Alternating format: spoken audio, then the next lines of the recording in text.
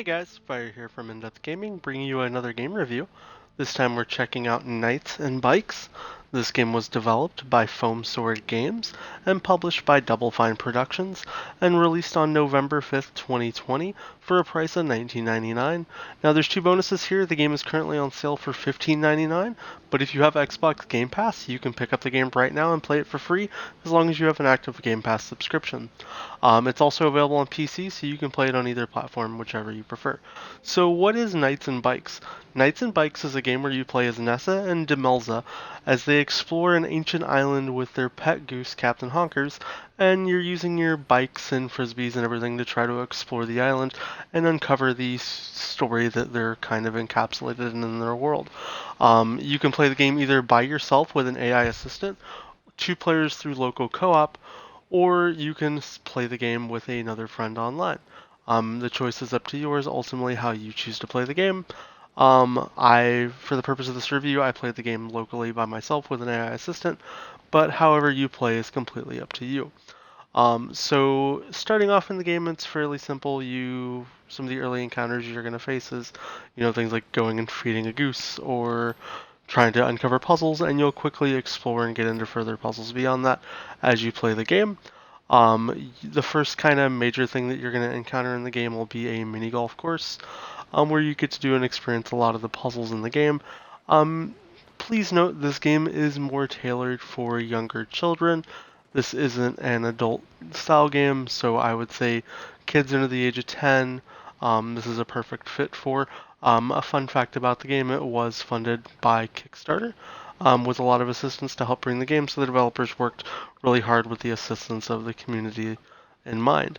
As far as the gameplay and controls, they're fairly simple. As far as the dialogue you're going to see on the screen, I'm going to skip a good bit of this, just to not ruin the game for you, but the story is actually really nice in the game. So I would recommend you reading along and following.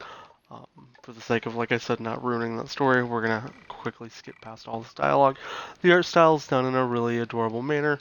It really fits a young kids-esque style game. And the soundtrack is actually really nice and fits the game really well in addition. It's fun to interact between the two characters who each have very different play styles. As you play, you can use the bumpers on your controller to trigger between the two characters and use their various abilities. Some of the puzzles require you to use one character over the other, and you'll kind of encounter that as you play. It is a better experience game, I would imagine, having another person to play alongside you, and versus having to switch between the two controls. But outside of that, it is a perfect game for younger children. Um, if you are looking at this game in the achievement aspect, which we know a lot of our viewers are, this isn't going to be a quick completion. There are a lot of achievements in the game, and it will take you quite some time. I believe at the time of recording this video, there are even some achievements that have yet to be attained, so take that as your will if you're looking at this as an achievement style game. As far as difficulty in the game, nothing's too difficult, too hard. It's just a tailored game for kids, and you'll have to, work at that with the difficulty levels as far as how you play and experience the game.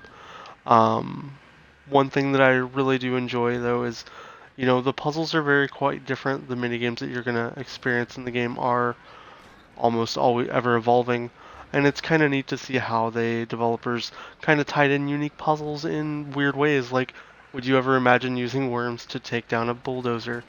I never would have thought that could be something in a game, but you can do that in Knights and Bikes yourself if you would like.